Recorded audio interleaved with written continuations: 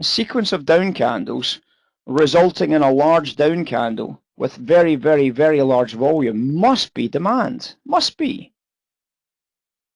Because otherwise, what is this? What is this candle here? As I said, the only thing it could be is maybe a news release has just came out, but you would know that if you've got a news feed.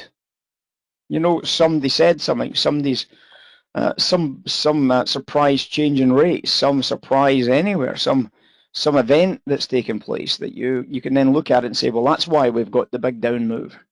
We've had a change in the sentiment, and we would expect to see continuation. But if that's not the case, it's demand, it's strength that's showing up on that down candle. It's not weakness.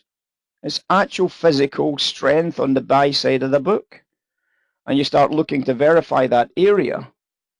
And that's what we're looking for. We're looking into those little trades in those little areas. So have a look, see how you see what you see, and maybe try and take advantage of them. There was a good example on the bond just there, on that big volume down candle.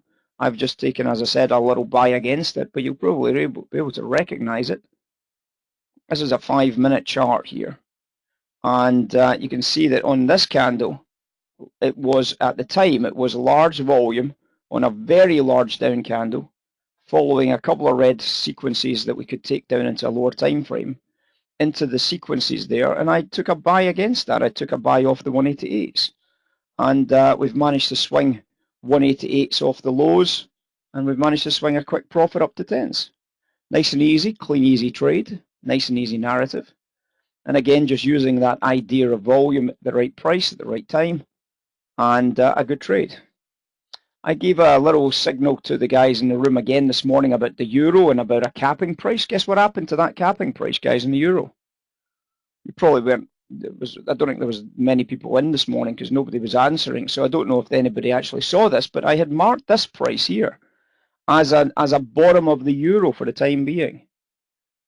And we looked at it on a 2-minute chart, and I showed this sequence of reds into that bottom price. Look at what's happened since then. A lot of people wouldn't know this because, as I said, there was nobody in this morning answering, so I don't know if anybody actually even saw it or was able to deal against it. But if you were, just imagine. It just went from 43s back up to 56s. It was another 10-tick trade, another 10-tick profit for anybody that wanted to use that information. Just by paying attention to this morning's classroom on the euro and oil, that I was covering. As I said, I don't know if anybody was in or listening or paying attention to it, but this was something that I showed. And you can see that it's just about recognizing volume at the right time. It's about recognizing the action of volume and the counter reaction against that volume, and then taking a trade against that information as it comes to light. And it's you don't know where it's going to come to light. On this occasion, it was the demand was starting to show up as it dropped down into this bottom edge, and the price bounced. As simple as that. When it retested, there was absolutely no supply coming in at those prices. And you can see, obviously, the price couldn't make any move against that level, and we got this easy money rally back off that price print. Very easy, guys, to make sense of.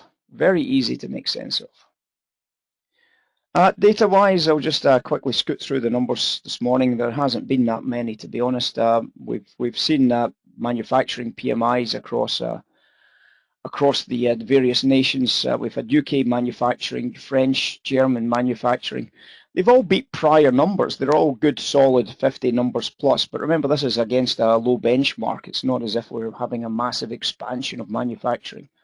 It's just against that very, very low benchmark in the background.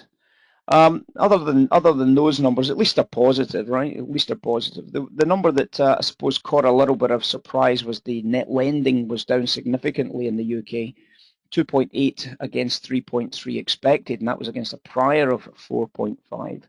So net lending, I think, showing that there's just that overall weakness still in the background of the market. And again, with the most recent lockdown, obviously that's having a big impact on that net lending number. Nobody's pretty much buying anything just now. And that's obviously going to be a lag on the economy overall.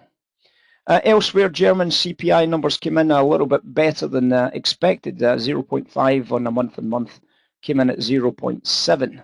That's not had much of an effect on the marketplace. Chinese manufacturing PMIs in the overnight session didn't do much to the marketplace.